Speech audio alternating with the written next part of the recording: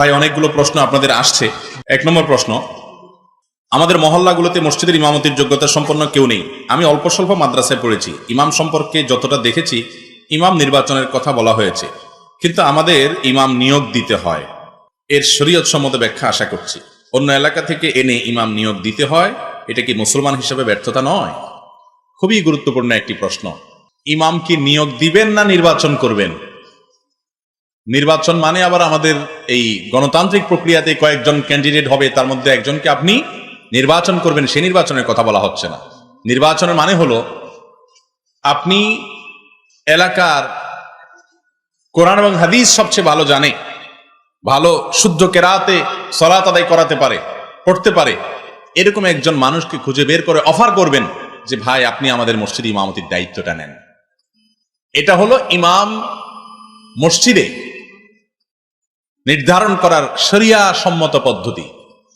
আজকাল যেটা হয় সেটাতে গুনাহ হবে না, হয়ে যাবে, অসুবিধা নাই, কিন্তু এটা ইমামতির এই পদের সাথে সম্মানজনক না যে ইমাম সাহেব আসেন, ইন্টারভিউ দেন, কারা কারা আগ্রহী আছেন।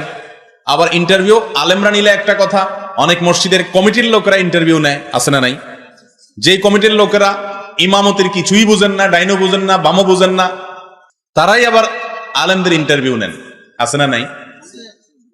আবার এই ইন্টারভিউর পরে যখন নিয়োগ হয়, এরপরে আবার ইমাম সাহেবকে গোলামের মতো ডাইনে আর বামে শুধু ঘুরাইতে থাকে আর উঠবস করাইতে থাকে, আছে না নাই? আল্লাহু আকবার। আমি বলি, ইমাম হিসাবে যখন কাউকে ঠিক করে ফেলবেন, নির্ধারণ করে ফেলবেন, এটা হলো আমাদের মহামান্য প্রেসিডেন্টকে নির্ধারণ করার মতো। প্রেসিডেন্টকে নির্ধারণ করার পর তাকে বরখাস্ত করতে হলে সংসদে তার বিরুদ্ধে কি করতে হয়? অনাস্থা প্রকাশ করতে হয়।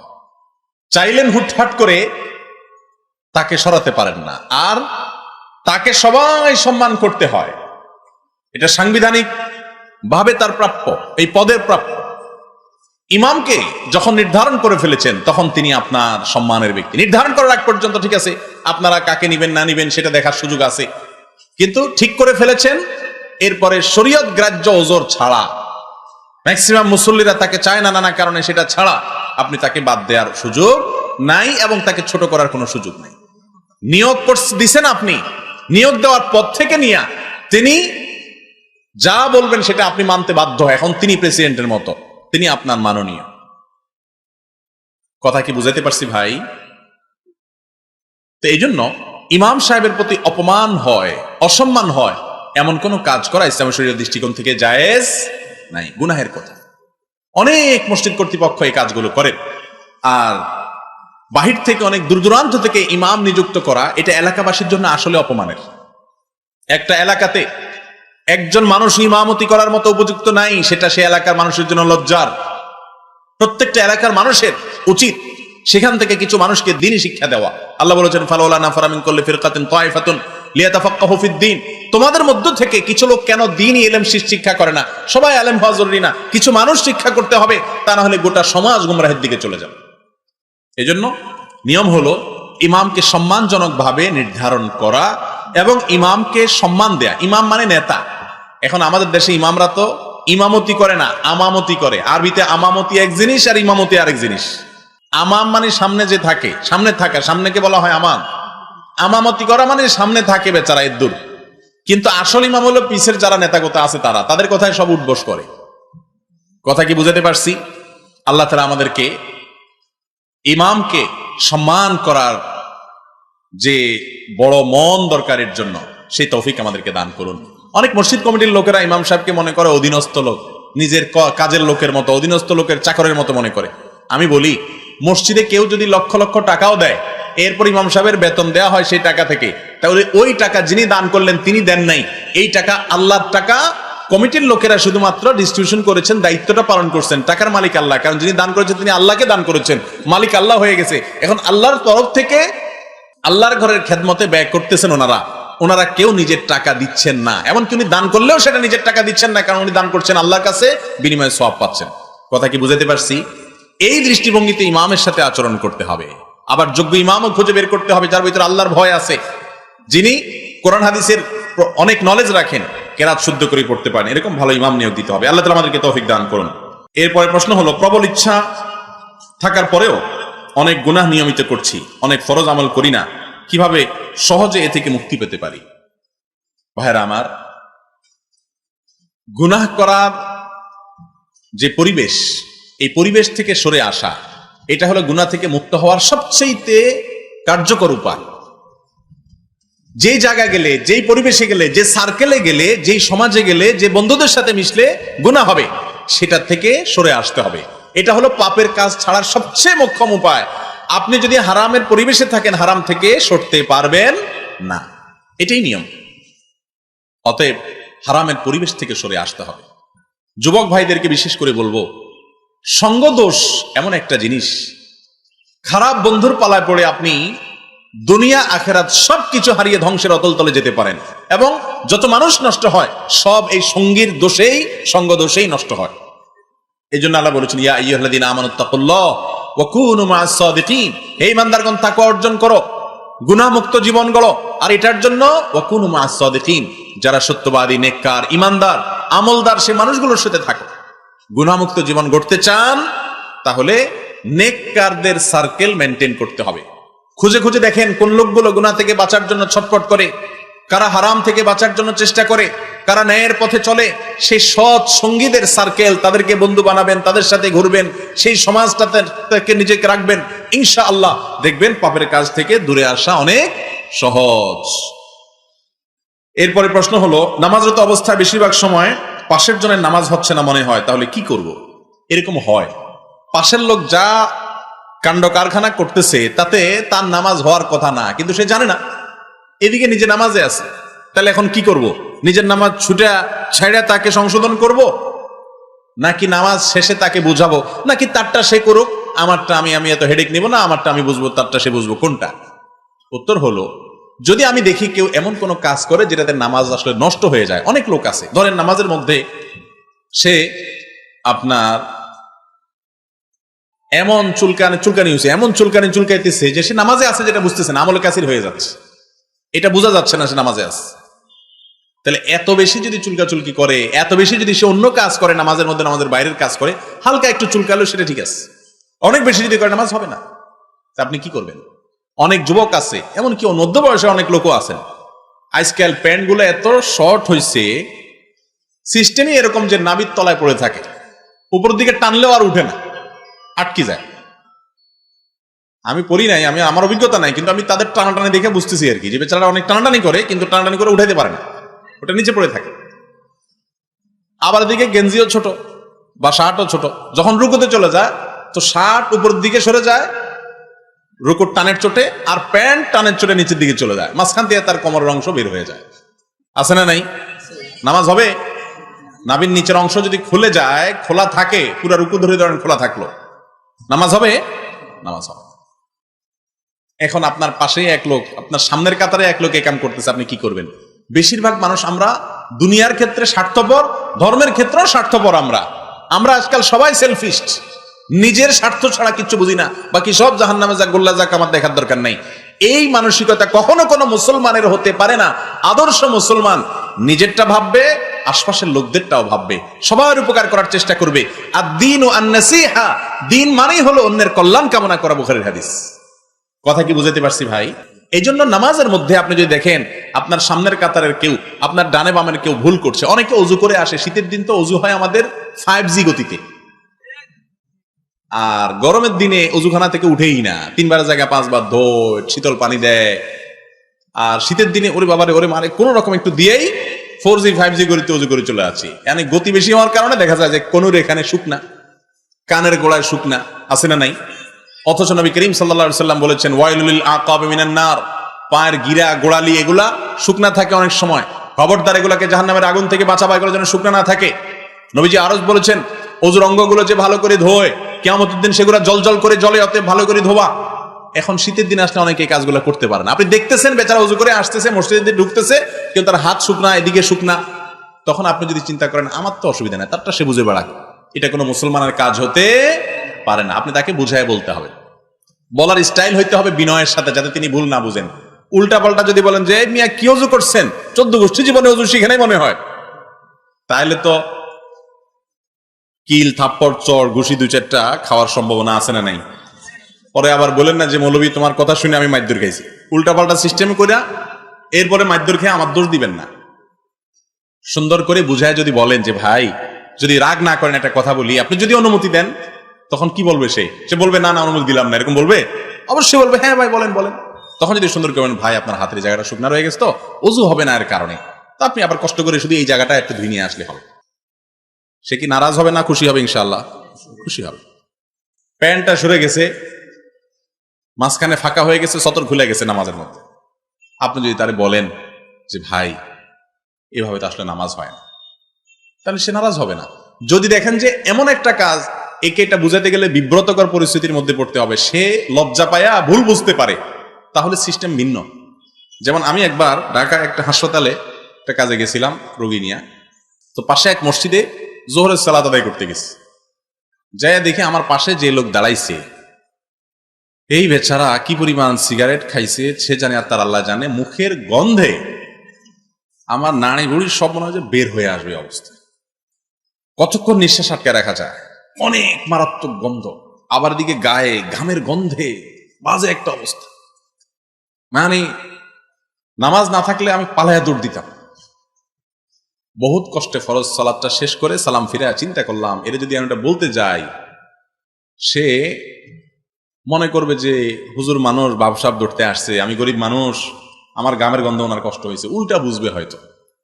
এই জন্য তাড়াতাড়ি করে খাতা কলম বের করে পকেটে একটা কাগজ আর কলম বের করে লিখলাম, ভাই নবীজি সাল্লাল্লাহু আলাইহি সাল্লাম কাঁচা পেঁয়াজ খেয়ে মসজিদে আসতে নিষেধ করছেন, কারণ তিনি বলেছেন তাতাআজ্জাল মালাইকাতু বিমা ইয়াতাআজ্জা বিহি বনু আদম, মানুষের যেসব জিনিসে কষ্ট হয় ফেরেশতাদেরও সেগুলোতে কষ্ট হয়, দুর্গন্ধে মানুষের কষ্ট হয় ফেরেশতাদের কষ্ট হয়। এই জন্য মসজিদে আসার আগে কাঁচা পেঁয়াজ খেয়ে আসবো না, মুখের গন্ধ থাকে, ফেরেশতার কষ্ট হয়।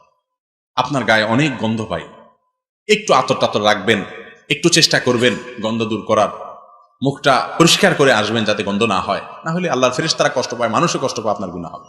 সুন্দর করে লিখে সে যখন এক রাকাত পরে সেজদা গেছে তার পাশে সেজদার তলে রেখে আমি আইজো দৌড় কাইলো দৌড়, যে পরে সে দেখে নিবে, তার কাজও হয়ে যাবে আর আমার পিঠও বাইসে গেল, টেনশন নেই। তো মোট কথা হলো, আপনি যদি কোনো মানুষকে সংশোধন করতে চান, বোঝাতে চান, রাস্তা অনেক আছে। আর যদি আপনি বলেন না ইয়া নফসি আমারটা আমার তারটা সে দেখুক, তো এটা কোনো মুসলমানের কাজ না, এটা স্বার্থপরের কাজ। কথা কি বুঝাতে পারছি? অতএব যদি কেউ আশেপাশে সালাত আদায় করতে গিয়ে ভুল ভাল কিছু করে, তাহলে সেক্ষেত্রে তাকে যথাসম্ভব বুঝাই দিবেন এবং সংশোধন করবেন। আল্লাহ আমাদের তৌফিক দান করুন।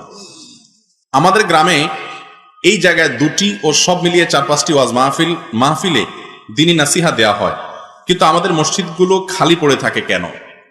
আহা, এই প্রশ্নটা শুধু এই ভাই না, এই প্রশ্নটা হাজারো মানুষের, আমাদের সকলের। এত ওয়াজ হয় কিন্তু মসজিদে মুসল্লি বাড়ে না কেন? এর অনেক কারণের ভিতরে একটা কারণ এটাও যে আমাদের ওয়াজগুলো বেশিরভাগ হয় কানসুক করা ওয়াজ। আমরা ওয়াজ শুনি মজা পাওয়ার জন্য, ওয়াজ করে মজা পাওয়ার জন্য, জমানোর জন্য। আল্লাহ মাফ করুক, ওয়াজ নসিহত শোনার পর আমি কি পেলাম, বাসায় যাওয়ার সময় আমি আজকে কি শিখলাম, নতুন কি জানলাম, কাল থেকে আমার কাজের ভিতরে কি পরিবর্তন হবে, এটা যদি আপনি ঠিক করতে না পারেন, কাল থেকে যদি আপনার নতুন কোনো কর্মসূচি আপনার জীবনে যুক্ত না হয়, নতুন করে আপনি যদি কোনো কিছুকে ভিন্নভাবে ভাবতে না শিখেন, তাহলে এই ওয়াজ শোনার কোনো মানে হতে পারে না। এই জন্য কানসুক করা ওয়াজ শোনা যাবে না, শুনতে হবে কোরআন এবং হাদিসের আলোকে, যেগুলো দ্বারা আমাদের কোরআন হাদিসের ইলম অর্জন হয়, জ্ঞান অর্জন হয়। আল্লাহ আমাদেরকে তৌফিক দান করুন। সেরকম মাহফিল না হলে ভাই, এসব মাহফিল হাজারো হবে কিন্তু সমাজের মানুষের পরিবর্তন হবে না। অনেক আয়োজকরা আছে, বক্তা দাওয়াত দেওয়ার সময় চিন্তা করে যে হুজুরের সুরটা কেমন, চিল্লাইতে পারে কেমন, তারপরে জমাইতে পারে কেমন, হাসাইতে পারে কেমন। হাসাইটা তো এখন একটা ফেভারিট আইটেম, তাই না? মাহফিলের মধ্যে হুজুর হাসাইতে পারলে মাশাআল্লাহ দারুণ জমাইছে, ওয়াজ করছে। কি ওয়াজ করছে? সকালে যা ছিলাম আগের দিন আজকেও তা। তাহলে এই ওয়াজ শোনার কোনো মানে আছে? আল্লাহ তাআলা আমাদেরকে বোঝার তৌফিক দান করুন। এরপরে প্রশ্ন হলো, আমার স্বামী সাধারণত মসজিদে সালাত আদায় করেন, কিন্তু যেদিন কোনো কারণে ঘরে আদায় করতে হয় তখন ওনাকে শুধুই নামাজ পড়ো বলতে হয় এবং তিনি কিঞ্চিত রেগে যান, আমার করণীয় কি? প্রথম কথা হলো, পুরুষ মানুষ মসজিদে জামাতের সাথে সালাত আদায় করলে যে পরিমাণ মনোযোগ হয়, সালাতের নামাজের যে স্বাদ পাওয়া যায়, বাসায় একাকি পড়লে সেই স্বাদ কখনো পাওয়া যায় না।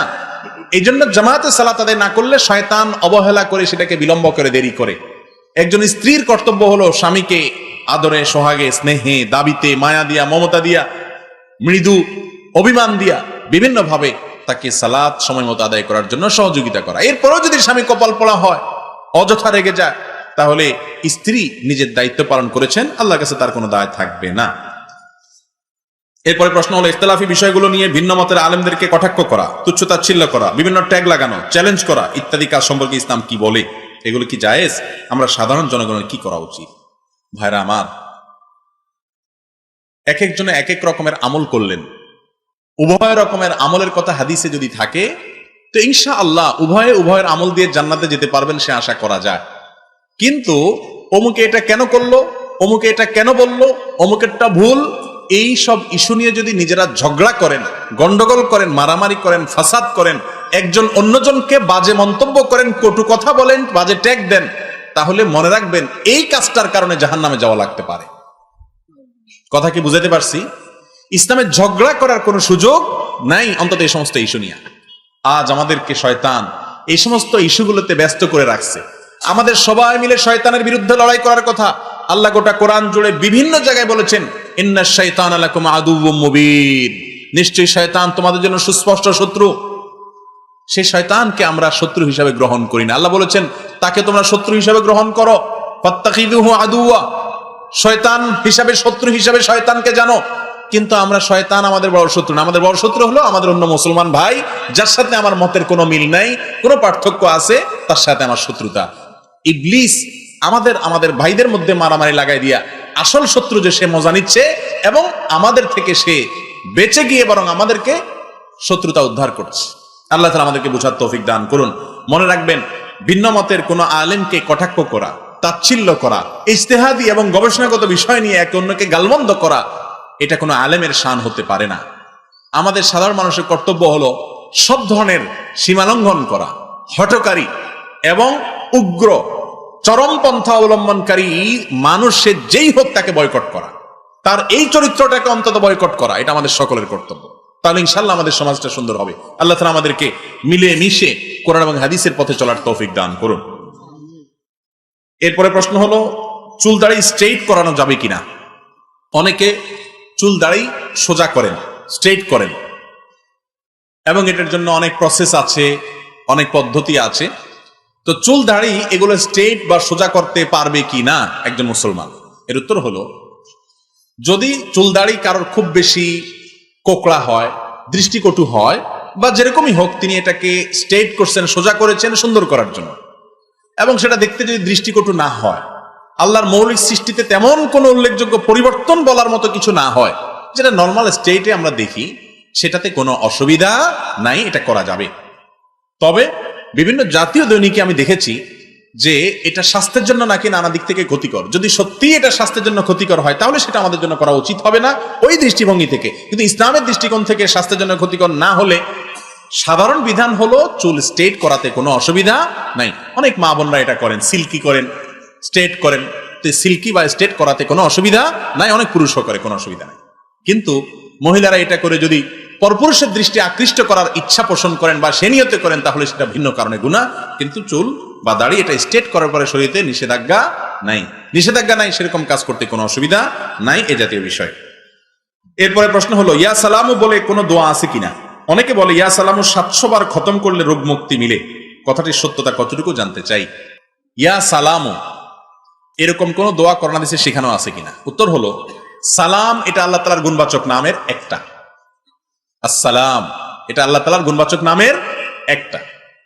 এখন এই নাম এটা দিয়ে যদি আল্লাহকে ডাকে, ইয়া সালাম, তো কোনো অসুবিধা নাই। আল্লাহকে ডাকলো হে শান্তিদাতা, এ অর্থ দাঁড়াবে, আল্লাহকে অর্থে ডাকলো কেউ, কোনো অসুবিধা নেই। কিন্তু ইয়া সালাম এটা 700 বার পড়তে হবে এরকম কথা কোরআন হাদিসে কোথাও বলা হয় নাই। যদি দুনিয়াবি কোনো উদ্দেশ্যে, যে এটা বললে এই রোগ থেকে মুক্তি হবে, সুস্থ হবে, এটা দুনিয়াবি বিষয়, এটা করলে অমুক কাজটা হবে, দুনিয়াবি কোনো কাজ, তাহলে সেজন্য রুকিয়া হিসাবে এটা পড়াতে কোনো অসুবিধা নেই। কোরআন হাদিসের কোনো দোয়া, আল্লাহর কোনো নাম, এগুলা উল্লেখ করলে, ডাকলে, বললে, পড়লে দুনিয়াবি কোনো উদ্দেশ্য হাসিল হলে এটাকে ঝাড়ফুঁক বলে। এই ঝাড়ফুঁক জায়েজ আছে দুনিয়াবি বিষয়। কিন্তু যদি কেউ বলে এটা এতবার পড়লে এই সওয়াব হবে, ওইটা অতবার পড়লে ওই সওয়াব হবে, তাহলে সেটা কিন্তু জায়েজ নাই। কারণ সওয়াবের বিষয়টা কোরআন হাদিসে আসতে হবে। ওইটা আমি নিজে থেকে আল্লাহ কাকে কি কোনটা পড়লে কত সওয়াব দিবেন আমি নিজে থেকে বলার কোনো অধিকার নাই। এটা আল্লাহ এবং তার রাসূল সাল্লাল্লাহু আলাইহি ওয়াসাল্লাম যদি না বলে থাকেন সেটা মনে করার সুযোগ নাই। সবচেয়ে বড় কথা হলো আল্লাহর গুণবাচক নামগুলো কিন্তু ওইগুলা জপে জপে আমাদের বিভিন্ন স্বার্থ হাসিল, বিভিন্ন কাজ উদ্ধারের জন্য আসে নাই।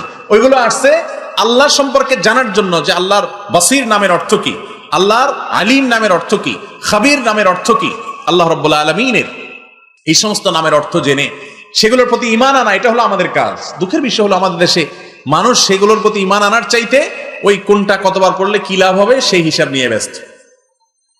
আল্লাহর গুণবাচক নামের প্রতি ঈমান আনা এটা ঈমানের গুরুত্বপূর্ণ একটা পার্ট। আল্লাহ তাআলা আমাদেরকে বোঝার তৌফিক দান করুন। এরপরে প্রশ্ন হলো, আকিকাতে পশুর মাংস বিলি করলে কি আকিকার সুন্নত আদায় হবে? আকিকাতে পশুর মাংস বিলি করলে কি আকিকার সুন্নত আদায় হবে? আকিকার পশুর গোশত কোরবানির পশুর গোশতের মতো। এটা আপনি গরিব দুঃখীকে বিলি করে দিতে পারেন, তাতেও আকিকা হয়ে যাবে। আবার নিজেরা খেতে পারেন, কিছু খেলেন, কিছু দান করলেন, কিছু আত্মীয় স্বজন দিলেন, সেটা আরো ভালো, এটাও করা যাবে, কোনো অসুবিধা নাই। এরপরে প্রশ্ন হলো, আকিকা 7 দিনের দিন করতে না পারলে কি ঠিক 14 বা 21তম দিনে করতে হবে, নাকি 14 বা 21তম দিনের মধ্যে করলে হবে? কোনটা সুন্নাহ? সুন্নাত হলো আকিকা 7ম দিনে করা, 7 দিন পরে না। 7ম দিন কিভাবে ঠিক করবেন? খুব সহজ হিসাব। যেই বারে শিশু জন্ম হবে পরবর্তী সপ্তাহের আগের বারটা, ধরেন শুক্রবারের সন্তান জন্ম হয়েছে, তাহলে পরবর্তী সপ্তাহের শুক্রবারের আগের বারটা কি? বৃহস্পতিবার, বৃহস্পতিবারে আকিকা করবেন। আর যদি রাত্রে জন্মগ্রহণ করে তাহলে রাত আগে আসে, আজকে রাত্রে জন্মগ্রহণ করলে আগামীকাল বুধবার, অতএব এটা বুধবার ধরবেন রাতেরটাকে, তাহলে আগামী মঙ্গলবারে আপনি আকিকা করবেন। এই 7ম দিনে আকিকা করা সুন্নাত। যদি কোনো কারণে 7 নম্বর দিনে করতে না পারেন তাহলে 14 নম্বর দিনেও করা যাবে, 21তম দিনেও করা যাবে। এই দুইটাও বিভিন্ন হাদিস দ্বারা প্রমাণিত হয়। যদি 7, 14, 21 এই 3টা ডেটে কোনোটা মেনটেন করতে না পারেন তাহলে পরে করলেও আকিকা আদায় হবে। অনেকে আকিকার জন্য বলে বা বিদেশ থেকে আসুক, অমুক আসুক, তমুক আসুক, এগুলো আমাদের ভুল ধারণা। আকিকা সময় মতো করা উচিত। এটাতে বাচ্চাকে বিভিন্ন বিপদ আপদ থেকে রক্ষার জন্য সহায়ক হয় আমলটা, এবং এটা গুরুত্বপূর্ণ একটা আমল। বিধায় নির্দিষ্ট দিনে করব আমরা, অন্য সময়ের জন্য অপেক্ষা করব না। তবে অন্য সময় করলে হয়ে যাবে, সুন্নাতের খেলাফ হবে। অনেক হাদিসে এসেছে রাসূল সাল্লাল্লাহু আলাইহি ওয়াসাল্লাম দেখেছেন যে মৃত্যুর পর সাহাবীরা জান্নাতে চলে গেছেন। আবার শুনলাম বিচার কার্য পরে জান্নাত জাহান্নাম নির্ধারণ হবে। কথাগুলোর মধ্যে তো একটু বৈপরীত্য দেখা যায়, তাই এটা সঠিক ধারণা জানতে চাই। খুবই গুরুত্বপূর্ণ প্রশ্ন ভাই। রাসূল করিম সাল্লাল্লাহু আলাইহি ওয়াসাল্লাম মেরাজে গিয়ে দেখেছেন কোন সাহাবীর জুতার আওয়াজ জান্নাতে শোনা যাচ্ছে, তিনি আগে জান্নাতে চলে গেছেন। অমুক সাহাবী জান্নাতে চলে গেছেন, অমুককে জাহান্নামে শাস্তি দেওয়া হচ্ছে, নবী সাল্লাল্লাহু আলাইহি ওয়াসাল্লাম দেখেছেন। অথচ আমরা জানি জান্নাত জাহান্নামের ফয়সালা হবে বিচারের মাঠে, বিচারের পরে, তাই না? তাহলে নবী সাল্লাল্লাহু আলাইহি ওয়াসাল্লাম কিভাবে দেখলেন? গুরুত্বপূর্ণ প্রশ্ন। এটার উত্তর হলো আলামুল গায়ব বা অদৃশ্যের জগৎ, যেটা আমাদের এই দৃশ্যমান জগতের বাইরে, জান্নাত জাহান্নাম আখিরাত, এগুলো সব অদৃশ্যের জগৎ, যেগুলো আমরা চোখে দেখি না। সেই জগৎগুলো দুনিয়ার জগতের মতো না। জান্নাত জাহান্নাম ইতিমধ্যে সৃষ্টি করা হয়ে গেছে, এটা আহলে সুন্নাত জামাতের আকীদা, এটা কোরআন আয়াত দ্বারা প্রমাণিত। আগে থেকে জান্নাত জাহান্নাম তৈরি আছে, কিন্তু সেখানে কোনো মানুষ প্রবেশ করেছে কিনা? উত্তর হলো কিয়ামতের দিন বিচারের পরে সবাই প্রবেশ করবে। তাহলে নবী সাল্লাল্লাহু আলাইহি ওয়াসাল্লাম কিভাবে দেখলেন? এর উত্তর হলো এই দেখাটা প্রতীকী অর্থে দেখা হতে পারে, যে এই রকম দৃশ্য হবে, আল্লাহ তাআলা সেটা নবী সাল্লাল্লাহু আলাইহি ওয়াসাল্লামকে হয়তো দেখাইছে। কথা কি বুঝাতে পারছি? স্বপ্নের মধ্যে যেরকম আমরা দেখি না, যদিও নবী সাল্লাল্লাহু আলাইহি ওয়াসাল্লামের মেরাজটা স্বপ্নে হয় নাই, সরাসরি হয়েছে, তো আল্লাহ তাআলা তাকে দেখিয়েছেন অদৃশ্যের জগতে। সেটার ধরন কেমন ছিল, সেটার প্রকৃতি কেমন ছিল, সিস্টেমটা কেমন ছিল, এটা একমাত্র আল্লাহ তাআলা ভালো জানেন। আজকাল মেটাভার্স বের হয়েছে, যেখানে আপনার ভার্চুয়ালি একজন আরেকজনের ফ্রেন্ড হলে তার সাথে তার নাকি সাক্ষাৎ করতে পারবে। নানান আপনার বিষয় এমন সহজ হবে যে সরাসরি যেরকম হয় অনলাইনে নাকি সেরকম হবে অনেকটা। তো মেটাভার্সের পরে আরো কত কনভার্স বাইর হয় আল্লাহ জানে। তাহলে অদৃশ্যের জগতে এসব যারা আবিষ্কার করছে, তাদের মাথাগুলোর যিনি সৃষ্টিকর্তা, তিনি আখিরাতে আরো কত কিছু রেখেছেন। জান্নাতে তিনি সাহাবীদেরকে কিভাবে দেখেছেন, এখনো তারা প্রবেশ করেন নাই। এই মেটাভার্স বা এই জাতীয় আরো অনেক কিছু দেখলে বোঝা যায় সেটা আল্লাহর দ্বারা অসম্ভব কোনো কিছু না, একেবারে ইজি।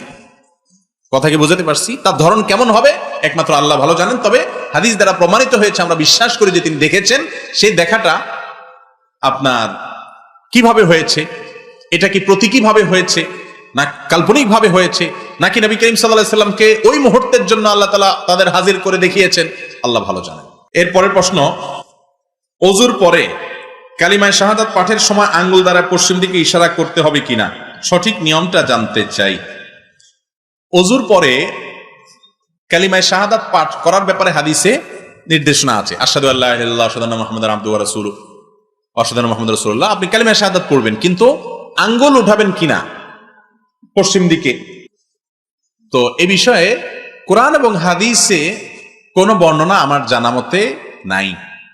বিশুদ্ধ বা সাব্যস্ত হয়েছে কোন হাদিস দ্বারা এরকম কিছু আমি পাই নাই, বরং ইসলাম ওয়েব, মার্কাজুল ফতোয়া সব বিভিন্ন বিশ্ববিখ্যাত ফতোয়ার ওয়েবসাইটে ঘাটাঘাটি করে এর আগে আমি বিভিন্ন সময় বিভিন্ন জায়গায় দেখেছি যে সম্পর্কে উলামায়ে কেরাম মুফতিগণ অনেকেই মন্তব্য করেছেন যে এই বিষয়ে নবী করিম সাল্লাল্লাহু আলাইহি ওয়াসাল্লাম থেকে কোনো কিছু সাবিত হয় না, সালাফ থেকেও সাবিত হয় না যে ওযুর পরে কিবলার দিকে আঙ্গুল দিতে হবে, আশহাদু আল্লা ইলাহা ইল্লাল্লাহ পাঠ করতে হবে, এটা ভিন্ন বিষয়। কথা কি বুঝাতে পারছি? এরপরের প্রশ্ন হলো, ডক্টর আব্দুল্লাহ জাহাঙ্গীর রাহমাহুল্লাহ স্যারের সাথে আপনার কিভাবে পরিচয় হয় জানার খুব ইচ্ছা, যদি একটু বলতেন। ডক্টর আব্দুল্লাহ জাহাঙ্গীর রাহমাহুল্লাহ স্যারের সাথে আমার প্রথম সাক্ষাৎ হয় তার অফিসে, জিনাইদে আসুন্নাহ ট্রাস্টের অফিসে। আমি সৌদি আরবে তখন ছিলাম, ইসলামিক সেন্টারে দাওয়াতের কাজ করতাম।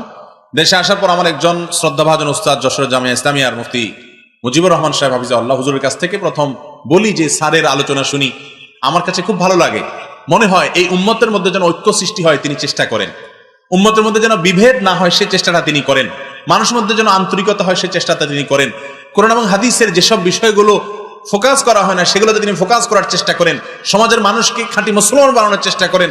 লোকটার সার্বিক বিষয়গুলো আমার খুব ভালো লাগে। তো ওনার নাম্বার আপনার কাছে আছে কিনা? উনি বললেন আছে, আমি দেখা করতে চাই। তখন উনি আমাকে নাম্বার দিলেন, দিলে আমি ফোন দিয়ে ওনার থেকে টাইম নিয়ে দেখা করি। প্রথম সাক্ষাৎ এটা 2000 বোধ হয় 11, 12, 13 এরকম হবে, 11 বা 12 হবে। এরপরে পিস টিভি যখন এখান থেকে যখন ডাক আসলো, তিনি আমাকে ফোন দিয়ে বললেন যে আপনি এখানে যাবেন, আমি আপনার নাম্বার দিয়েছি তাদেরকে। এভাবে আস্তে আস্তে সখ্যতা হয়। দুবাইতে 1 মাস এই টেলিভিশনের প্রোগ্রামে আমরা ছিলাম। এরপরে দেশে আসলে আমি যাইতাম, উনি আমার ডাকে বিভিন্ন জায়গায় বিভিন্ন প্রোগ্রামে, ঢাকায়, যশোরে বিভিন্ন জায়গায় প্রোগ্রাম করেছেন। এইভাবে একটা আন্তরিকতা তৈরি হয়। কিন্তু আলহামদুলিল্লাহ অল্প সময়ের সান্নিধ্যে স্যার রাহিমাহুল্লাহ থেকে যা কিছু শেখার সুযোগ হয়েছে, শুধু আমি না, অনেক মানুষ শিখছেন। এই জন্য আল্লাহ তাআলা তাকে উত্তম বিনিময় দান করুন। তার যে উত্তম আখলাক, তার যে সুন্দর গুণাবলী, এগুলো আল্লাহ তাআলা আমাকে, আপনাকে, আমাদের সবাইকে দান করুন। আমি আল্লাহর কাছে সবসময় এই দোয়াটা করি, আল্লাহ ওনার উত্তম আখলাক, উত্তম আচরণটা, ওনার সুন্দর গুণাবলীগুলো আমাকে দান করুন, এবং সেগুলো দিয়ে আমরা যেন সবাই আলোকিত করতে পারি। আল্লাহ তাআলা আমাদের সবাইকে তৌফিক দান করুন। এরপরের প্রশ্ন হলো, যদি রুকুতে যাওয়ার সময় মনে হয় সূরা ফাতিহার পর অন্য সূরা পড়া হয়নি, তৎক্ষণাৎ করণীয় কি? সূরা ফাতিহার পর অন্য সূরা যদি না মিলান, হানাফি মাযহাব অনুযায়ী ওয়াজিব তরক হয়েছে। আর ওয়াজিব তরক হয়েছে সেজন্য শেষে সিজদা সাহু দিলে কি হয়ে যাবে? নামাজ হয়ে যাবে। আর সৌদি আরব উলামায়ে কেরামের মতে এটা ওয়াজিবই না। তবে আমি ওয়াজিব হওয়ার কওলকে তারজিহ এবং প্রাধান্য দেয়াটা পছন্দনীয় মনে করি, এবং এটা যুক্তিযুক্ত মনে করি। আমি তারজিহ দেওয়ার কেউ না, কিন্তু এই মতটা আমার কাছে শক্তিশালী মনে হয় দলিলের দিক থেকেও। তো যখন ছুটে যাবে আমরা শেষে সিজদা সাহু করে নিব।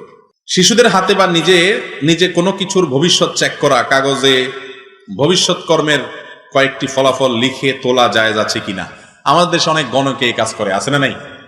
যে বিভিন্ন খামের ভিতরে কিছু লেখা থাকে, বাচ্চার হাতে টান দিয়া তোলে, পাখির মুখ দিয়া টান দিয়া তোলে, এরপরে ওইটাতে যা লেখা আছে ওইটাই আপনার ভাগ্য। আমরা যে কত বোকা, আর কত বোকা যে আমাদেরকে মানুষ বানাবে। খাম সবগুলোর ভিতরে একটা একটা লেখা আছে, আর আমার ভাগ্য ওখানে লেখা হয়ে গেছে। মনে রাখবেন, ভাগ্যে কার কি লেখা আছে ওই খামালার খামের ভিতরে কোত্থেকে জানলো, আর বাচ্চাই বা কোত্থেকে বের করলো, লটারির মতো করে একটা বাইর করলো, আর আপনি মনে করেন এটা আপনার ভাগ্য। এটা ঈমান ধ্বংস হওয়ার মতো বিষয়।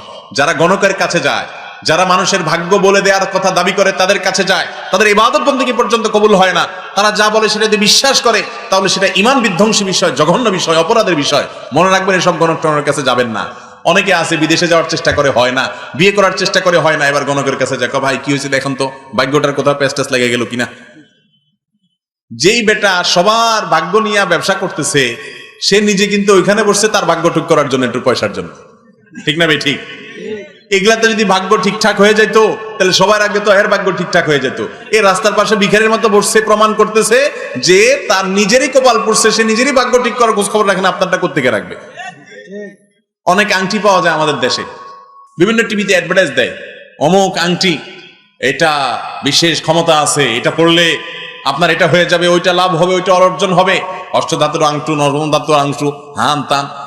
আমি বলি আংটি পড়লে যদি বড়লোক হয়ে যায় আর সব সমস্যা দূর হয়ে যায়, এই বেটা এত আংটি বেঁচে বেড়াচ্ছে তো একটু পেটটা চালানোর জন্য, এ সারা হাতে পায়ে আংটি পরে বসে থাকলেই তো হয়ে যাবে।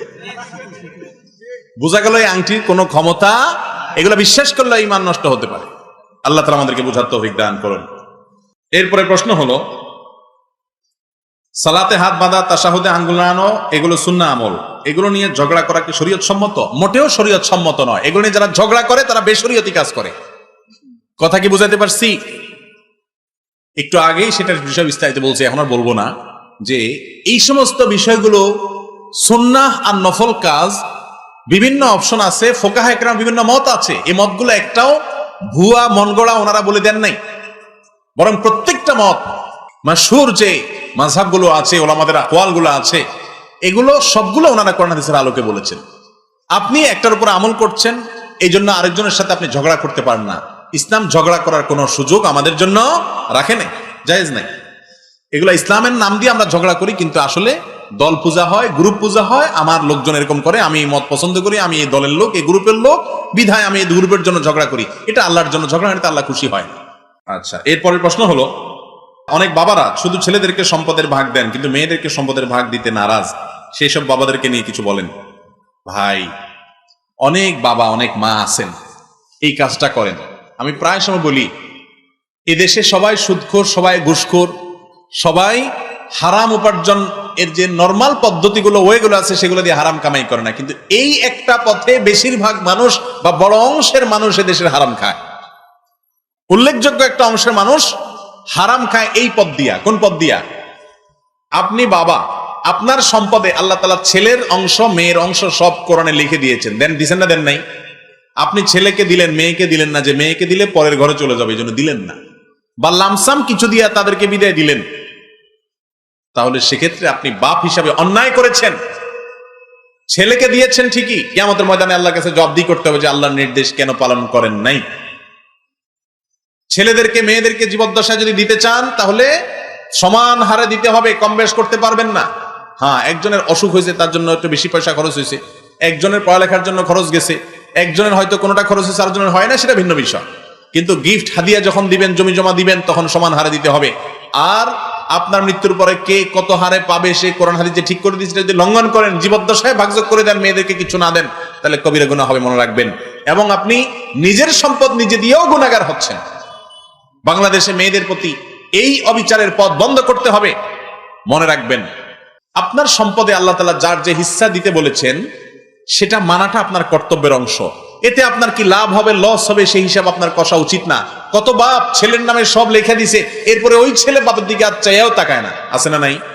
আল্লাহ জন্য বলছেন, লা তাদরুনা আইয়ুহুম আকরাবু লাকুম নাফা, তোমরা জানো না ছেলে মেয়ে কে তোমাদের বাপ সন্তান, কে তোমাদের বেশি উপকারে আসবে। এই জন্য আল্লাহ যাকে যতটুকু দিতে বলেছেন তাকে ততটুকু দিয়ে দাও, সেটাই তোমার কর্তব্য। কথাকে বুঝাতে পারছি? আল্লাহ তাআলা আমাদেরকে বুঝার তৌফিক দান করুন। এরপরের প্রশ্ন, প্রতিযোগিতা করে যে খাবার খাওয়া হয় তা হালাল নাকি হারাম? যেমন 20টা মুরগির পিস তুমি খেতে পারলে টাকা আমি দেবো, এ ধরনের চ্যালেঞ্জ করা যাবে কিনা? কাজ না থাকলে মানুষ কত কাজ যে করে, এত বেকার আমাদের দেশে মানুষ, কত আজাইরা কাজ পাবলিক যে করে। 20টা মুরগির পিস খাইলে টাকা আমি দেবো, তোমার টাকা এত হয়ে গেছে ভাই, মানুষ এক পিস খাইতে পারে না, গরিব দুঃখী, তারা একটা পিস কিনা দাও। ওই বেটা রাক্ষস হয়তো বেশি খাইতে পারে, 20টা খাইলে তুমি হেরে টাকা দিয়ে দিবা, কোনো যুক্তি আছে? এগুলা অহেতুক কাজ। মুসলমানের সমস্ত ফালতু কাজ করবে না। তবে এরকম যদি কেউ করে তাহলে সেটা জুয়া হবে না, হারাম হবে না। মজা করে বন্ধু বান্ধব এরকম করলে সরাসরি গুনাহ হবে না, কিন্তু কাজটা খুব বেশি প্রশংসনীয় কাজ না। কথা কি বুঝাতে পারছি? জুয়া হবে কখন? যখন দুই পক্ষ বাজি ধরবে, যে একজন বললো আমি 20 পিস মুরগি খাইতে পারি, আরেকজন খাইতে পারলে তোরে 100 টাকা দিব, আর না খাইতে পারলে তুই কি দিবি? তখন সে যদি বলে না খাইতে পারলে আমি 200 টাকা দিব, তাহলে খাইতে পারলে সে 100 পাবে, আর না খাইতে পারলে সে 200 দিবে। এই যে দোনো পক্ষ মিলে দেওয়া দেওয়া নিয়ে ইয়া করছে, বাজি ধরছে, এটা কি নাই? জায়েজ নাই, এটা হারাম। এক পক্ষ বলছে খাইতে পারলে পয়সা পাবা, না খাইতে পারলে নাই, তাহলে সেক্ষেত্রে এই এক পক্ষ দিলে সেটা খাইতে পারলে তার পুরস্কার দিল, মনে করেন যে তুমি খাইতে পারছো, তোমার আরো দরকার, পয়সা করে দিলাম, সেই হিসাবে দিল, এতে গুনাহ হবে না। কিন্তু এগুলো কোনো প্রশংসনীয় কোনো কাজ না, যথেষ্ট আমলদার নয়। এমন মসজিদ কমিটির কথা যদি ইমাম সাহেব চলেন তাহলে ইমামের পিছনে নামাজ পড়া জায়েজ হবে কিনা?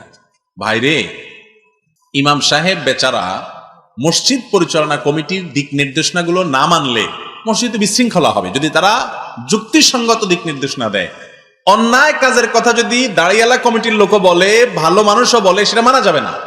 আর ন্যায় কথা যদি একজন ফাসেক মানুষও বলে তাহলে সেটা মানা যাবে, মানতে হবে। তাহলে ইমাম সাহেব মসজিদ কমিটির কথা শুনে তারা মানুষ ভালো না, এটা বিষয় না। বিষয় হলো ইমাম সাহেব তাদের কথায় কোনো অন্যায় করে কিনা। যদি তাদের কথায় কোনো অন্যায় কাজ করে সেটা দোষণীয়, আর যদি অন্যায় কোনো কিছু না করে তাহলে দোষণীয় না। আমাদের মুশকিল হলো আজকাল যে কোনো জায়গায় দেখা গেল মসজিদ কমিটির সাথে আপনার রেশারেশি আছে, দিলেন একটা প্রশ্ন মৌলবীর হাতে উঠে, মৌলবী দিল গোষ্ঠী উদ্ধার করে, আপনি এবার বললেন দেখছো কমিটি সাইজ করে ফেলছে হুজুরে। এগুলা হলো জেদ মিটানো, খাহেশ মিটানো। ভাই, খাহেশ মিটানোর নাম ইসলাম না। কথা কি বুঝাতে পারছি? শৃঙ্খলা মেনে চলতে হয়। কমিটির লোকেরা দায়িত্বে আছে, তারা যদি ইমাম সাহেবকে অন্যায় কোনো কথা না বলে, বেয়াদবি না করে, মসজিদের কল্যাণে কোনো যুক্তিসঙ্গত ভালো নির্দেশনা দেয়, তাহলে সেটা তামিল করাতে কোনো অসুবিধা নাই। কিন্তু এটা ঠিক যে আল্লাহর ঘরের ইমাম সাহেবকে নির্দেশনা যে লোকগুলো দিবে তাদের মধ্যেও ইমাম সাহেবের সিটা ভোটা ইসলামের আলামত থাকা উচিত। একেবারে সাফান সাফা, পুরা ডাইরেক্ট, একেবারে আপনার কিচ্ছু নাই, পিছলা, আর আমল আখলাক নাই, নামাজও ঠিক মতো পড়ে না, অথচ কমিটির দায়িত্ব নিয়ে বসে আছে। এটা অন্যায়। আল্লাহ কোরআনে বলেছেন, মসজিদের যারা দায়িত্ব নিবেন, আল্লাহর ঘরের যারা খেদমত করবেন, সেবা করবেন, কমিটিতে যারা থাকবেন, পরিচালনা যারা করবেন, তাদের গুণ বৈশিষ্ট্য কি থাকবে? আল্লাহ বলেছেন, ইন্নামা ইয়া'মুরু মাসাজিদাল্লাহি মান আমানা বিল্লাহি ওয়াল ইয়াউমিল আখির। আল্লাহর ঘরকে আবাদ করবে, দেখাশোনা করবে তারা যারা আল্লাহর প্রতি ঈমান আনছে, আখিরাতের প্রতি ঈমান আনছে। ওয়া আকামাস সালাহ ওয়া আতাজ যাকাহ, নামাজ পড়ে 5 ওয়াক্ত, আবার যাকাত আদায় করে বড়লোক হলে। ওয়া লাম ইয়াখশা ইল্লাল্লাহ, আর আল্লাহ ছাড়া কাউকে পরোয়া করে না। এই গুণগুলা যাদের মধ্যে আছে, এই লোকগুলা মসজিদ আবাদ করবে। এখন দেখা যায় মসজিদ কমিটির লোকেরা, তাদের মধ্যে এই গুণগুলো নাই। মসজিদে আল্লাহর নির্দেশে বাইরে কিছু চলবে না, আল্লাহ ছাড়া কাউকে পরোয়া করা চলবে না, ন্যায়টা বলতে হবে, অন্যায়টা বলা যাবে না। এটাই হলো মসজিদ পরিচালনার হকদার। এরপরে প্রশ্ন হলো, স্ত্রীকে না জানিয়ে দ্বিতীয় বিবাহ করা জায়েজ আছে কিনা? ভাই, দ্বিতীয় বিয়ে করার জন্য প্রথম আগের স্ত্রীর অনুমতি নেওয়াটা, এটা বাংলাদেশের প্রচলিত আইন অনুযায়ী জরুরি বা আবশ্যক। শরীয়তের আইন অনুযায়ী, কোরআন হাদিসের নির্দেশনা অনুযায়ী এই বিয়ে ইসলামী দৃষ্টিকোণ থেকে বিশুদ্ধ হওয়ার জন্য প্রথম স্ত্রীর পারমিশন নেওয়াটা আবশ্যক বা জরুরি না।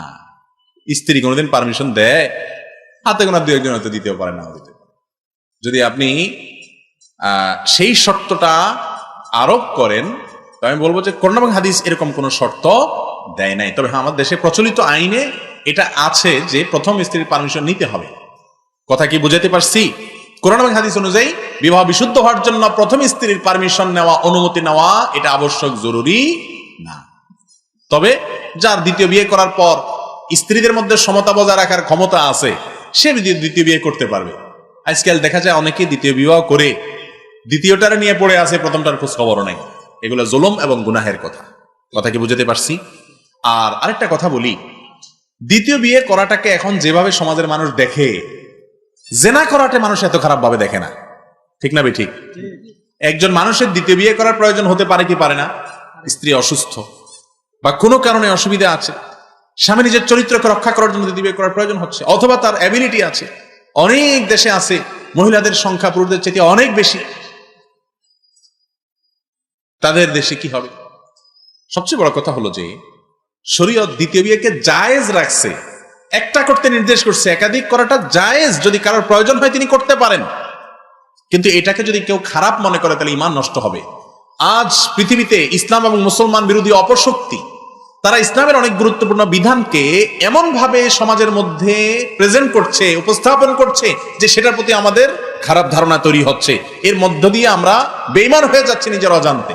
কেউ যদি মনে করে দ্বিতীয় বিয়ের বিষয়টা অযৌক্তিক, সে সাথে সাথে বেঈমান হয়ে যাবে, কারণ আল্লাহ তাআলা কোরআনে কারীমের পারমিশন দিয়েছেন, আপনি এটাকে অযৌক্তিক বলছেন। আমি কি বুঝাইতে পারছি?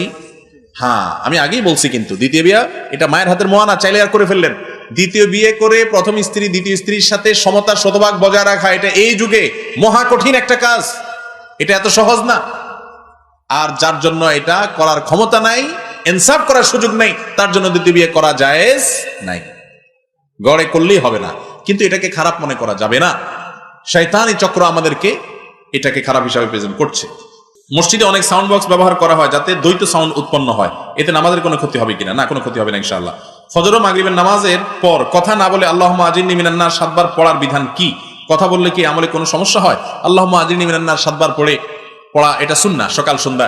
একটা হাদিসে বর্ণিত হয়েছে, হাদিসের সনদ নিয়ে নানা রকম মত পার্থক্য আছে, কিন্তু আমলযোগ্য। তো এই হাদিসের উপরে আমল করতে গিয়ে আল্লাহুম্মা আজিরনি মিনান নার এটা নামাজের পরে কথা বলা ছাড়া 7 বার বলতে হবে এমন কোনো শর্তে হাদিসে আছে বলে আমার জানা নাই।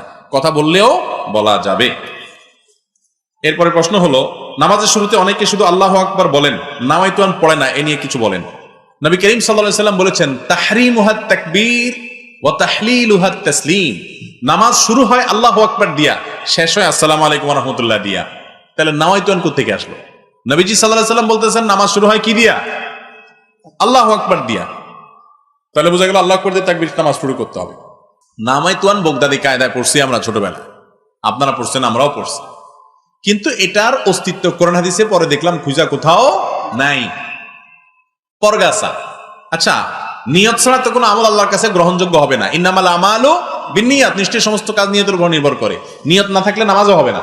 কিন্তু নিয়ত মানে এই না যে মুখে নাওয়াইতু আন পড়বেন। নিয়ত মানে হলো আপনার অন্তরে কি থাকবে, কি করতেছেন সেই ইচ্ছাটা থাকবে। কথা কি বুঝাতে পারছি ভাই?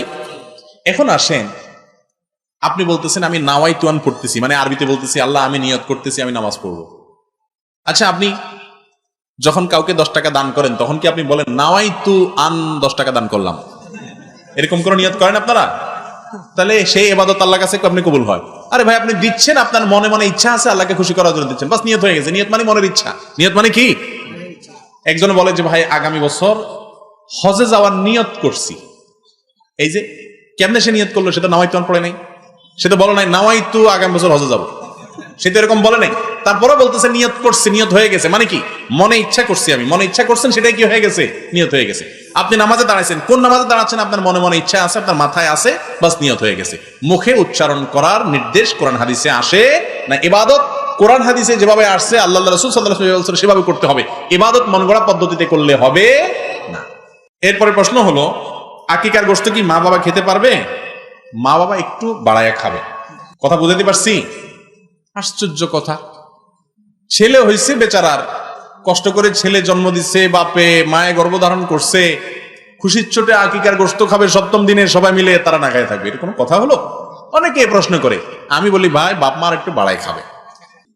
অন্যরা 2 টুকরা খেলে তারা 3 টুকরা খাবে, কারণ এরা বাপ মা, ওই বাচ্চার খুশিতে তারা বেশি আনন্দিত, আরো বেশি খাবে তারা।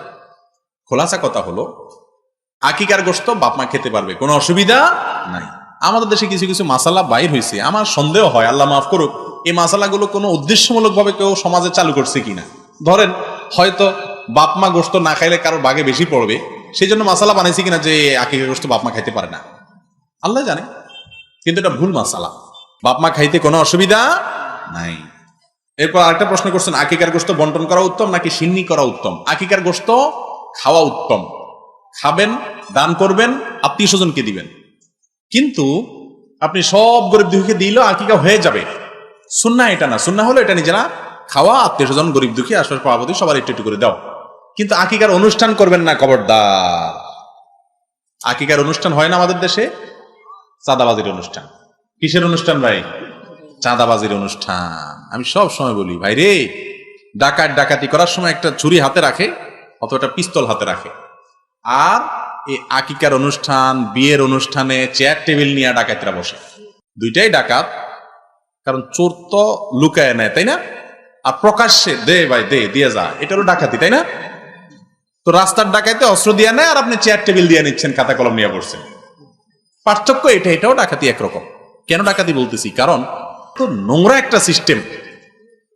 বিশেষ করে বিয়ের অনুষ্ঠান বা এই জাতীয় অনুষ্ঠানগুলো দেখা যায়, ঢুকার সময় চেয়ার টেবিল নিয়ে বসে থাকে। ভাই ঢুকতেছেন, আগে পয়সা দিয়ে তারপর ভিতরে যান। রান্না কি হয়েছে না হয়েছে, স্বাদ হয়েছে না হয়েছে, কয় আইটেম আছে না আছে, এসব পরে, আপনি আগে দিয়ে তারপরে যান। আরে বাবা, হোটেল আলার চাইতে তো খারাপ। হোটেল আলা তো আগে খাওয়ায়, খাইছেন, দিলটা জুড়াইছে, এরপরে বিল দেন ভাই, তাই না? আরে বেটা, এমন ছেঁচড়া, এমন ছোট লোকের ছোট লোক যে খাওয়ান তো পরের কথা, ঢুকার সময় আগে টাকা দিয়ে যান, তারপর ভিতরে ঢুকেন। যুবকরা প্রতিজ্ঞা করেন আপনাদের বিয়েতে এই সমস্ত ভিক্ষাবৃত্তি হবে না ইনশাআল্লাহ। নিয়ত করতে পারবেন তো ইনশাআল্লাহ? আমাদের বিয়েতে এই সমস্ত ভিক্ষাবৃত্তি আমরা করতে দেব না। যুবকরা প্রস্তুত আছেন তো ইনশাআল্লাহ? বিয়ের দাওয়াত নামায় লেখা দিবেন যে বিবাহ একটি ধর্মীয় এবং সামাজিক অনুষ্ঠান, অলিমা এটা একটা সুন্নাত অনুষ্ঠান, একটা ইবাদতের কাজ। আপনি এসে অলিমা গ্রহণ করে খেয়ে আমাদের জন্য দোয়া করে গেলেই চলবে, অনুগ্রহ করে কোনো পুরস্কার আনবেন না, কোনো হাদিয়া আনবেন না। এটা লেখার মতো কলিজা আছে যুবকের? হাদিয়া দিলে আগে পরে বিভিন্ন সময় দেওয়া যায়, কিন্তু ওই মজলিসে চেয়ার টেবিল নিলে বাধ্য হয়ে হাদিয়া দেয়। আমি তো জানি মধ্যবিত্তের অনেক মানুষ আছে যারা বিয়ের কার্ড, আকিকার কার্ড, দাওয়াত কার্ড পাইলে মনটা খারাপ হয়ে যায়, কারণ পরিবারের 3জন 4জন মিলে না 500 করে 2000 টাকা খাবে, দিতে হবে ঠিকই 5000। এই অত্যাচার করা জায়েজ আছে? আল্লাহ তাআলা আমাদেরকে বুঝার তৌফিক দান করুন, এগুলো করবেন না। অতএব আকিকার অনুষ্ঠানের নাম দিয়ে অনেক সময় আজকাল যোগ বিয়োগ কষে, আমি দেখছি অনেক জায়গায় যোগ বিয়োগ কষে যে আমাদের 100 মানুষের অ্যারেঞ্জ করলে মোট কত খরচ হবে, গড়ে একজনের 2000 করে দিলে কত আসবে, তাতে আমাদের লাভ কত থাকবে। এটা একটা ব্যবসা ভাই, এসব ধান্দা না করে হোটেল খুলে বসে, হোটেল খুলে বসে। এই সামাজিক অনাচারগুলোর বিরুদ্ধে আমাদেরকে কথা বলতে হবে। বিয়ে উপলক্ষে মেয়ের বাপের গলায় এভাবে ছুরি দিয়ে খাওয়া, নাম বরযাত্রী, আমি বলি বদযাত্রী। একদিন ঢাকার হাতির ঝিলে যাচ্ছিলাম, তো 2 মেয়ে আমার সামনে দিয়ে যাচ্ছে, একজন আরেকজনের বলতেছে, খুব রসায়া রসায়া মজা করে করে বলতেছে, আমি পিছন দিয়ে হাঁটে হাঁটে যাচ্ছি, কানে আসতেছে, বলতেছে যে হুজুরে কইছে একেবারে বদযাত্রী দিছে, একেবারে এইসব খাওয়াইনা গোষ্ঠীরে মেয়ে জন্ম দিয়া বাপে মনে হয় দোষ করে ফেলছে, 200-300 খাদক একসাথে খাইতে আসে, হুজুরে একটা দিছে গোষ্ঠীর দিকে করে বদযাত্রী বদযাত্রী। আমি কিন্তু 2-4 কদম পিছনে, আমি কি আল্লাহ রে, মুখটা ঘুরাইলেই তো আমার দেখে ফেলবো, এরা দেখে না, সামনে দিয়ে চলে গেছে। তো যাই হোক, এই সমস্ত অনাচার, এগুলোর কারণে অনেক মানুষ কষ্টে আছে, অনেক মানুষের প্রতি অবিচার হয়। যুবক, এই অবিচারগুলো করবেন না ইনশাআল্লাহ, ঠিক আছে না? আমাদের মসজিদের ছোট ছোট ছেলেদেরকে নামাজের সময় দেখলে অনেক মুরব্বীদের জ্বালা বেড়ে যায়, আসলে কি তাই? আল্লাহ, এটা তো এটার বিরুদ্ধে, এই ব্যাপারে অনেক জায়গায় আমি বলছি, কিন্তু আপনাদের এখানে সমস্যা আছে ভাই, ভালো করে শুনেন। ছোট ছোট বাচ্চারা মসজিদে আসবে, বিশেষ করে যারা নামাজ বুঝে, একেবারে পিচ্ছি বাচ্চা এসে পেশাব করে দিবে, অন্যদের ডিস্টার্ব করবে, এরকম বাচ্চা মসজিদে আনবেন না। কিন্তু ধরেন 6-7 বছর বয়স হয়ে গেছে, তখন থেকে বাচ্চাকে মসজিদে আনবেন। একটু যদি দুষ্টামি করে, চাচারা মুরব্বীরা ভালো করে শুনে রাখেন, সেই দুষ্টামি হজম করতে হবে, জিদ দেখাইলে গুনাহ হবে। আজকের বাচ্চা আগামী দিনের মুসল্লি, আজকের বাচ্চা আগামী দিনের মুসল্লি। এই ছেলেকে মসজিদে আসছে দেখে আপনি চকলেট দিবেন, বাহবা দিবেন, মাশাআল্লাহ নামাজ পড়তে হবে। আপনি যদি তারে ধমক দেন, সে মনে করবে বাবারে, খেলনার জন্য যাই, স্কুলে যাই, বাজারে যাই, দোকানে যাই, সব দোকানে গেলে দোকানদার কত সুন্দর পাম্পট্টি দিয়ে ধরে, বাবা এটা নিবা, এটা নাও, ঠিক না? ঠিক। তারপরে যাইয়া স্যাররা কত আদর করে, আজকাল পড়ায় মাধ্যমের দিন আছে, মসজিদে আসলে দেখি শুধু গেউ গেউ করে। তাহলে মসজিদের প্রতি এই বাচ্চাটা বীতশ্রদ্ধ ভাব হয়ে যাবে না? এটা জায়েজ নাই। মুরব্বীরা ভালো করে শুনে রাখেন, খুব কান কড়া করে শুনে রাখেন। রাসূল করিম সাল্লাল্লাহু আলাইহি সাল্লামের ঘাড়ে, কাঁধে উনি সিজদায় গেছেন, আর ওনার নাতি উঠে বসছে, ঘোড়ার উপরে বসছে। নবী করিম সাল্লাল্লাহু আলাইহি সাল্লাম সিজদা থেকে একটু নড়াচড়া করে বা জোর করে তাদেরকে নামান নাই। যতক্ষণ তার বসতে মনে চাইছে ঘোড়ার উপরে, সে বসছে, তার খায়েশ মিটাইছে, এরপরে সে নামছে, তারপর নবী করিম সাল্লাল্লাহু আলাইহি সাল্লাম মাথা উঠাইছেন, ধৈর্য ধারণ করছেন। কোন হাদিসে পাওয়া যায় না যে নামাজের পর নবী করিম সাল্লাল্লাহু আলাইহি ওয়াসাল্লাম ফাতেমা রাদিয়াল্লাহু তাআলাকে ডেকে বলছেন, হ্যাঁ তুমি এই নাতিকে, আমার নাতিকে সামলাও না কেন, আমার নামাজের মধ্যে কাঁধে উঠছে, ধরে রাখো না কেন? এই কথা তিনি বলেন নাই। বোঝা গেছে বাচ্চারা নামাজের মধ্যে একটু আধটু ডিস্টার্ব করলে এটা হজম করার মতো কলিজা থাকা লাগবে। অনেক চাচারা আছে, আপনারা এটা খেয়াল করেন না। এই যা সব কোত্থেকে আসছে, অনেকে আছে যে বাচ্চারে যে লোকে আনছে, ওই বাচ্চার বাপেরে এমন ধমকায় বাচ্চার সামনে, বাচ্চা চিন্তা করে, হায় রে, আমার বাপে মনে হয় আমার এনে চুরিদারি মতো অপরাধ করে ফেলছে। এগুলো খুব গর্হিত কাজ। হ্যাঁ, অনেক বেশি ছোট বাচ্চা এনে যারা ডিস্টার্ব করে, তাদেরকে ডাইকা আলাদা, বাপেরে ডাইকা, বাচ্চার সামনে না, আলাদা করে বুঝাই দিবেন, ভাই এত ছোট বাচ্চা আনবেন না, এতে মসজিদে অন্যদের নামাজের ডিস্টার্ব হয়, সেও তো নামাজের কিছু বুঝে না, আর একটু পরে আনেন, আর আনলেও কাছে রাখেন, একটু নিয়ন্ত্রণ করেন, বাপকে আলাদা নসিহত করেন, ঠিক আছে, কিন্তু উল্টা পাল্টা করবে, একটু দৌড়াদৌড়ি করবে, আপনার হাঁটাহাঁটি করবে, এইটুক হজম করতে হবে। এটাই শরীয়তের নির্দেশ, এটা আপনার জন্য পরীক্ষা। সব জায়গায় গেউ করলে হবে না। মুরব্বীরা অনেকে আছেন, আল্লাহ মাফ করুক, মুরব্বীরা না, মধ্য বয়সের অনেকে আছেন যে বাসায় তো আসলে কোথাও কোনো মাতবরি সর্দারি চলে না। বেশি কথা বললে বুড়ি কয় চুপ, তোমার তো কিসের কথা? ছেলেকে, আব্বা আপনার বয়স হয়েছে, আপনি কথা বেশি বলেন। মেয়ে বলে, আব্বা আপনি এত কথা বলেন, তো আয়েশা মাতবরিটা মসজিদেই খালি করে। এটা করা উচিত না, এগুলো গুনাহের কথা। বাবারা বয়স হয়ে গেছে, হাদিসে নির্দেশ শুনবেন, বাচ্চাদেরকে মসজিদে আসতে দিতে হবে। আরে বাচ্চারা মসজিদে আসলে আরো পুরস্কার দিবেন, বেশি করে উৎসাহ দিবেন। একটু আধটু ডিস্টার্ব করবে, সবর করবেন।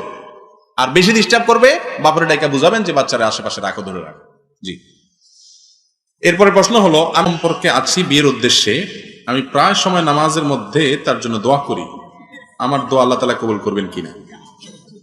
ভাই, বিবাহ বহির্ভূত সম্পর্ক হারাম। হারাম কাজের জন্য দোয়া করলে দোয়া কবুল হওয়া না হওয়ার প্রশ্ন তো পরের কথা, সাথে সাথে একটা গুনাহ লেখা হবে আমলনামা।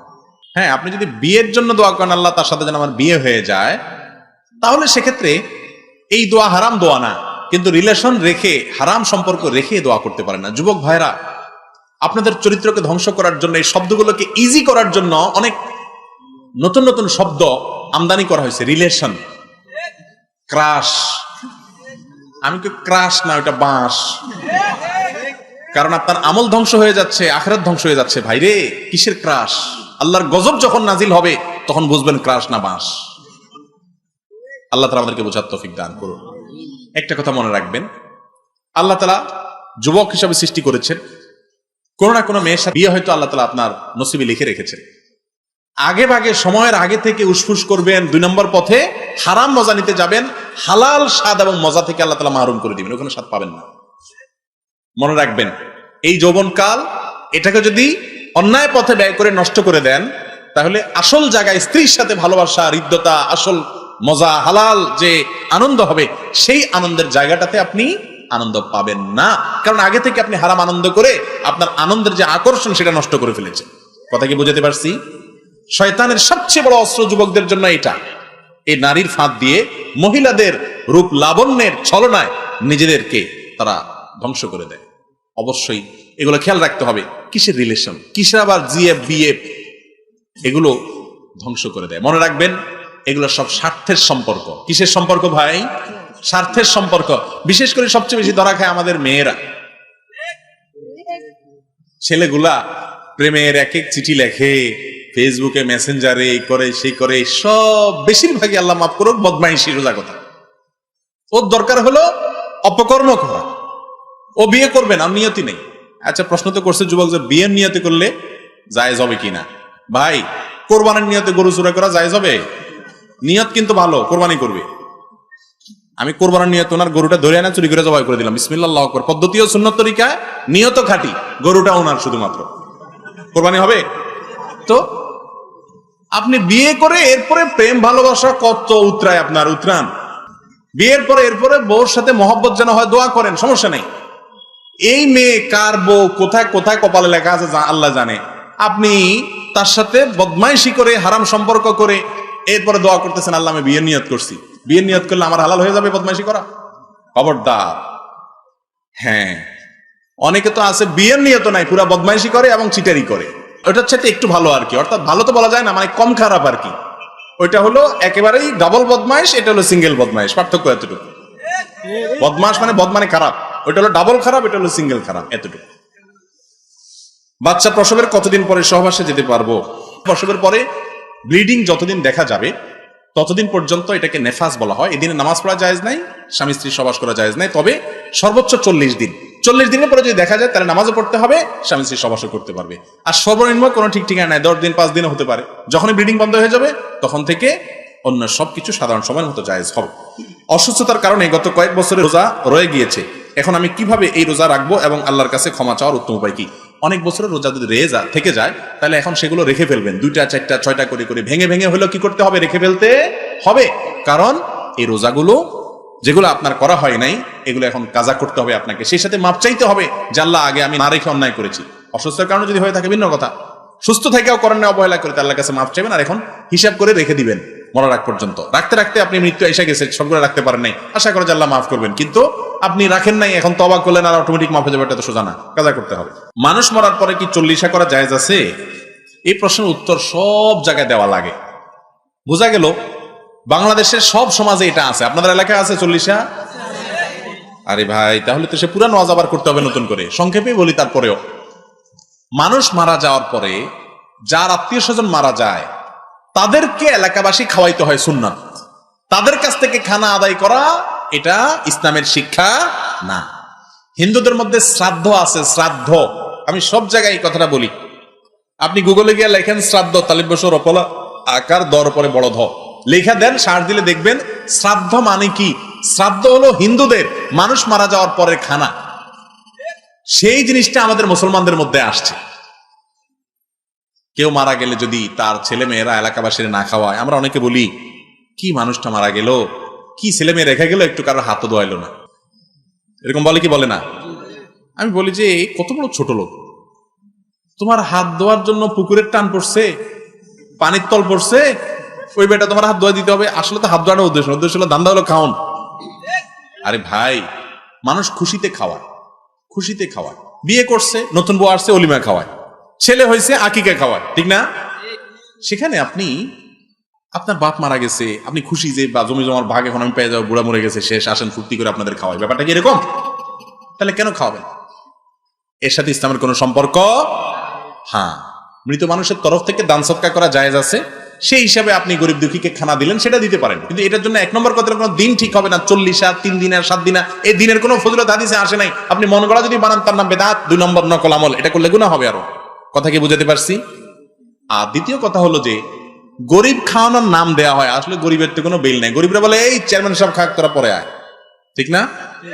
এলাকার সব মেয়েরা এসে একটা ফুর্তি ফাটতার অনুষ্ঠান সামিয়ানা টাঙ্গায়, এগুলো জায়েজ নাই। এগুলো হিন্দু থেকে আসছে আমাদের মধ্যে।